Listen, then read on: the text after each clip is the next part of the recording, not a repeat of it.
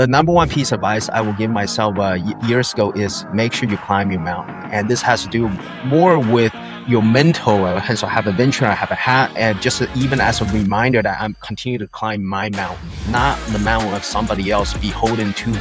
Because as a young man or young gal, if you're listening to this, you're in your 20s and your 30s, you have a lot of influence coming your way. Hey, what's up, everybody? I am here with Kevin Yang. He is a Fortune 30 risk leader turned global adventurer and real estate entrepreneur. From cybersecurity to Christ-centered storytelling, he is on a mission to help others escape complacency and create unforgettable lives of purpose, impact, and wonder. We are so glad you were here with us today, Kevin. Even with your incredibly busy life as a worldwide adventure guide, cybersecurity expert, and real estate entrepreneur, how are you prioritizing your fitness today? Well, hey, Brian, just want to say thank you for having me on your show, man. And I love the introduction. I love your enthusiasm. And like, Of man, I don't know how course. long you've been doing this, but it feels like, oh man, you're rolling out a red carpet for me. So really appreciate that. And Awesome. just for your audience out there, it's like, I mean, physical health is really the foundation of the house that you want to build. And we have so many different departments in that house, our relationship, our finances, our passion, our dream, aspiration. You don't have a good foundation, because I truly believe Brian just demonstrated how much energy he gave into that introduction.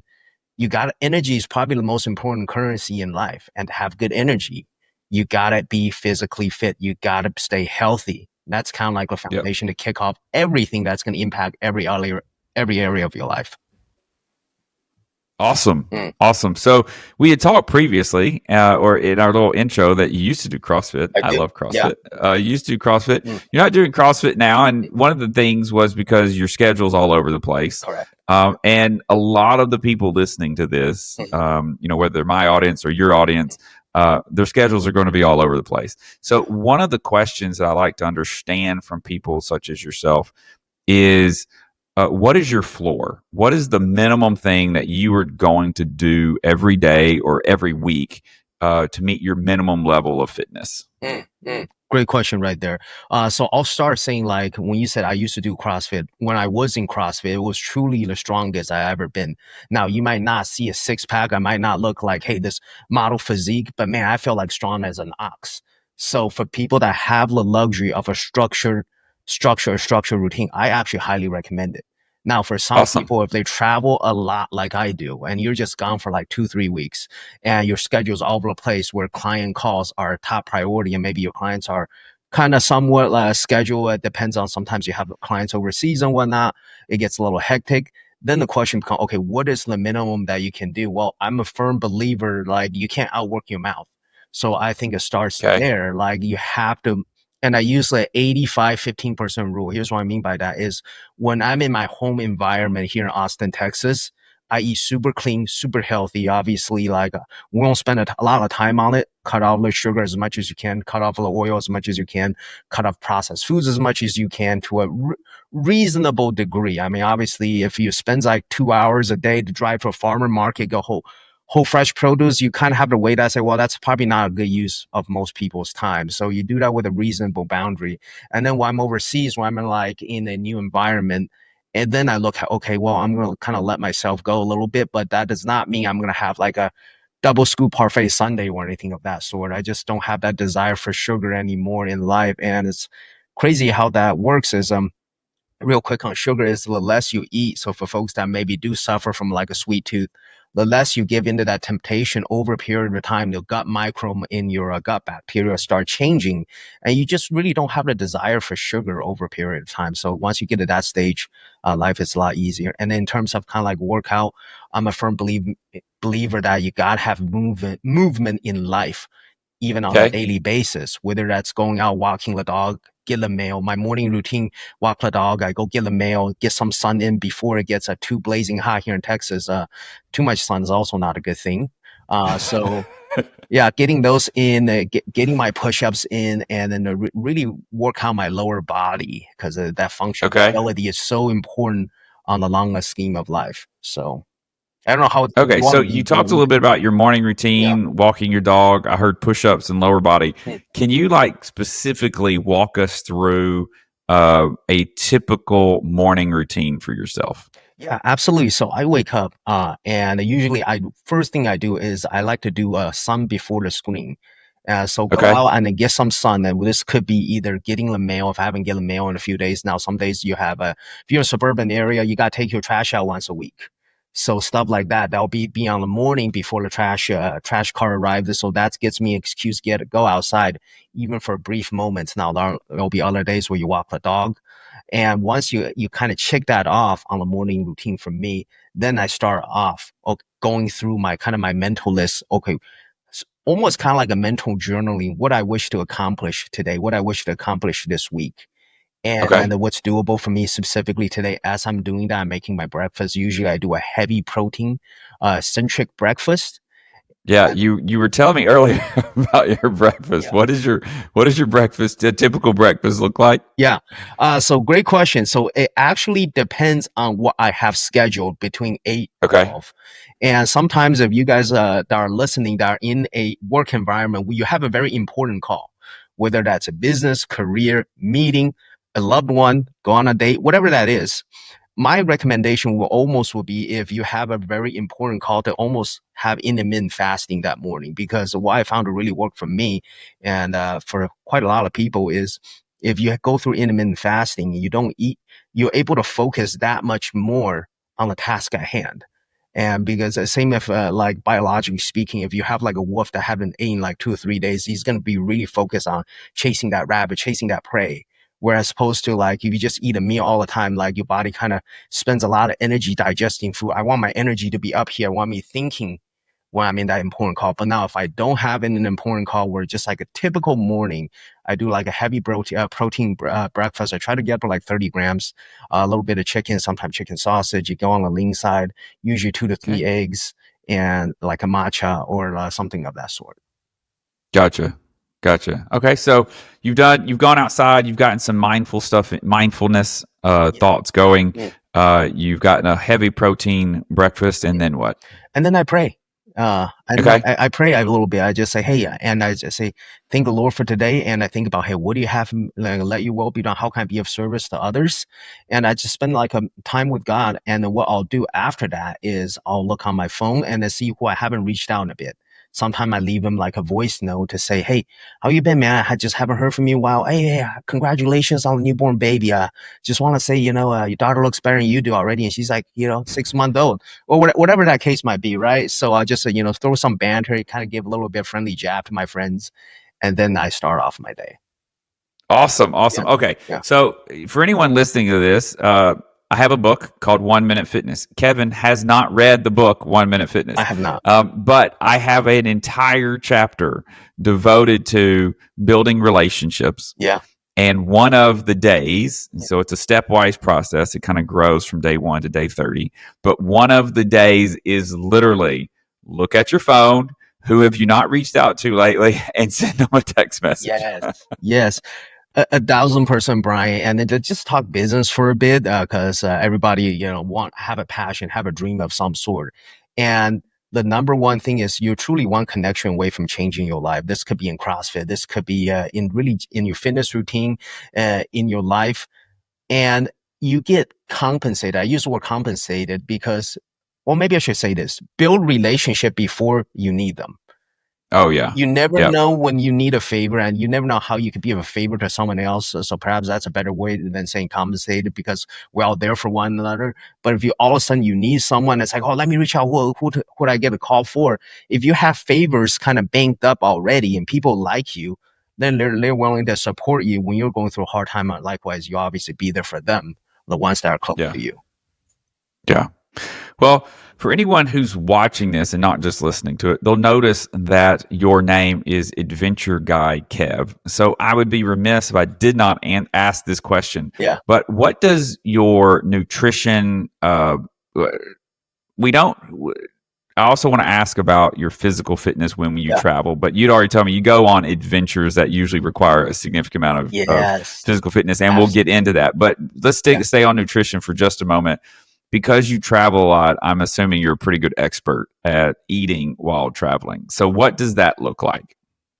Well, I hope to be. And it's funny you say that because I'm really the reasonable rule. When it comes to nutrition, like I mentioned earlier, you can really spend a lot of your time on shopping the right things or like get really deep Okay. down to like, I want best of the best. To me, at this stage in my life, I look at all the things that are important to me. Spending time with people I love is far more important than nutrition in terms of like try to shop for the best. I should say it that way. Now in terms of getting the proper and right nutrition in your body, it's learn to read the labels if you're in the U.S. But if you're traveling abroad, like a lot of times, like I do, it's kind of like a feel good test. You can take a Google right now on your phone, like just scan for the nutrition code, look at gram of sugar, look at gram of calories, and you might not know all the ingredients in it. Again, just try to avoid packaged food as much as you can. Okay. And for me, again, I try not to go carb heavy, avoid the processed food, usually at all costs. But typically, surprisingly, what in my experience is U.S. probably has the worst fast, readily available food in just about any country out there in the world. We're probably ranked the worst. So you really Okay. can't do worse in U.S. is what I'm trying to say. Like, especially in countries like Japan, Step Singapore. one to eating better while traveling. Exactly. Travel So outside the US. yeah, I love it. I'll give you actually a funny example. I'll tell a quick story. When I was in Singapore, I had my first Snicker bar in a very long time, and it was delicious. Now you might be thinking, well, Snicker is not healthy for you. Not the Singapore Snicker is very different from the U.S. Snicker. Over here, it's Okay. 250 calories, like what 50 grams of sugar or something crazy like that, and all that junk ingredient. I'm just throwing numbers out there. Again, this is nothing against the company that's producing this, but I just want to show you guys how sad reality is. So in Singapore, the Snickers are 40% or 60% smaller by extension. They're the size of kind of my pointy finger. They're about like knee big. Yeah. So I'm looking at Snicker bar. I'm like, dude, this thing is tiny. And I look on the label, 125 calories. And by default, they use extra dark chocolate. It's made with Okay. almonds instead of peanuts. Yeah. And like the nougat's got like what, like 40% reduction in sugar or something like that. I'm like, Yeah. this is not bad right here. I bought it just to try it. Honestly, it did not leave a sweet aftertaste in my mouth. It was actually a delicious candy bar. So that just kinds to show about how some of the laws and regulation. Again, I'm not an expert in that field. I won't get into it, but unfortunately, like U.S. is the worst for these fast, readily available consumption foods for our families, for our kids, and it's just sad. Yeah. Yeah. Well, thank you for sharing that. I don't think a lot of people thought about that or recognize that, but that is the reality of the world we're living in right now. Yeah. Yeah. So you have to actually go extra hard in the US to shop for healthy food as an average person compared to like elsewhere around the world. Gotcha. Gotcha. Now let's switch gears into like because you are an adventure traveler. Sure. Sure. And these adventures are not where you can take your walker, right? You got to be in some physically fit condition. And my fear for our audience, my fear for my individual clients is that they don't always recognize just how close they are to not being able to go on these adventures anymore, right? There are a lot of people who are thinking, oh, I'll wait until I retire to get in shape. And so, can you give your perspective on that mindset? Don't wait till you're tired to get in shape. So in my 15 years of journaling, and Stephen, and Brian and I, we've been talking about this. Is about like, hey, what's the framework? Like, who are you really to support? And one of the areas of my framework is really acknowledge your relationship with time. The average Okay. American work lives to Okay, 70 I'm years. gonna I'm gonna just pause you there just for a moment and repeat that is to understand, recognize, and even journal about your relationship with time. 1,000%. Yeah, and it seems like you're interested on that topic for your audience. So I'm going to go a little bit deeper on my perspective Perfect. on this. So that is one of the fundamental pillars in my personal belief, and this I learned this from Five Type of Wealth by Sahel Bloom, a great book if you guys want to check that out, where he talks about the relationship of time in that book, and that's one of the fundamental core pillars of our lives is that we think we own time. We think it's given to us, but reality, we're all living on borrowed time.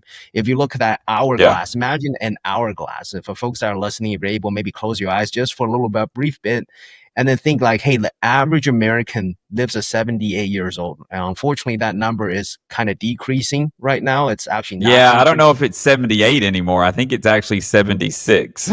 Yeah, is it? Okay, so you're more caught up than I am, and that just tells you how sad it is.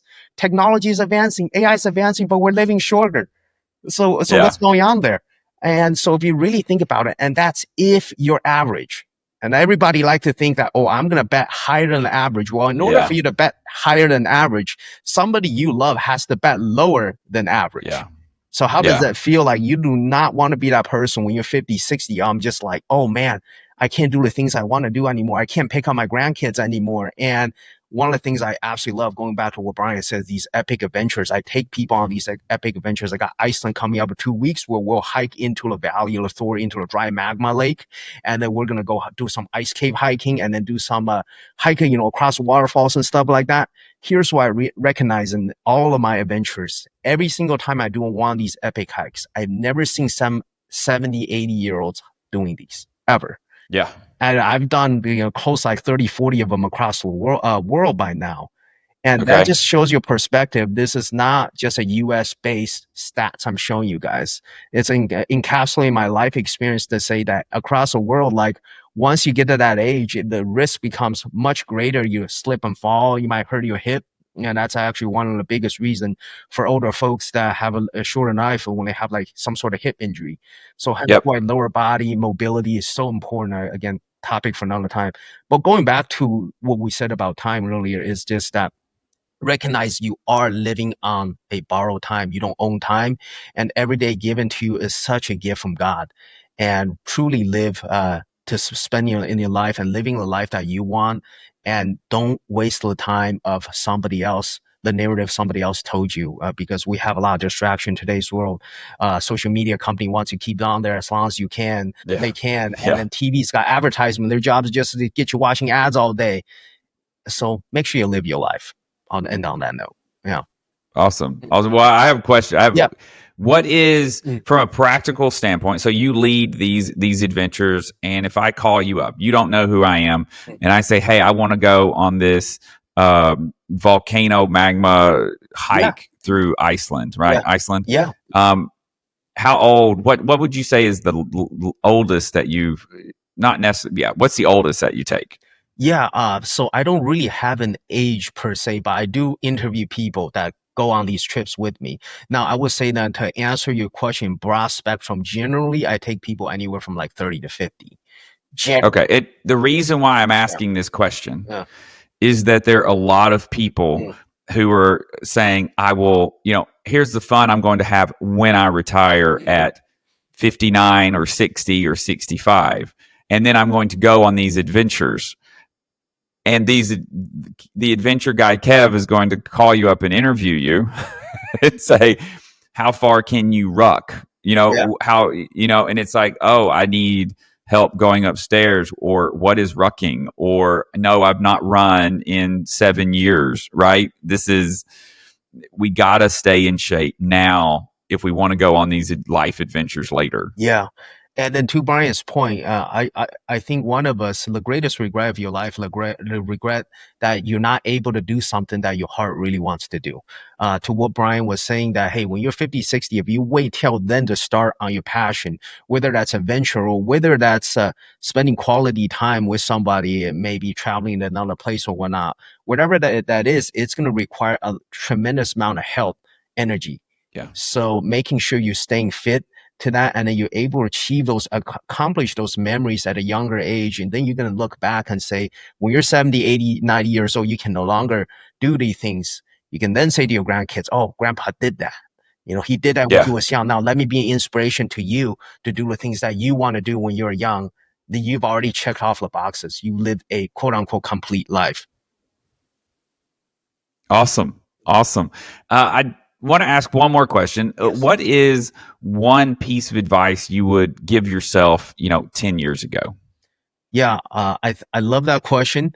And I'm also going to reverse that question a bit. First, I'll answer your question. I'm going Love to it. add a Love it. spin to that question as well. So, the number one piece of advice I will give myself years ago is make sure you climb your mountain. And this has to do Okay. more with your mental. Hence, I have a venture, I have a hat, and just even as a reminder that I'm continuing to climb my mountain, not the mountain of somebody else beholden to me.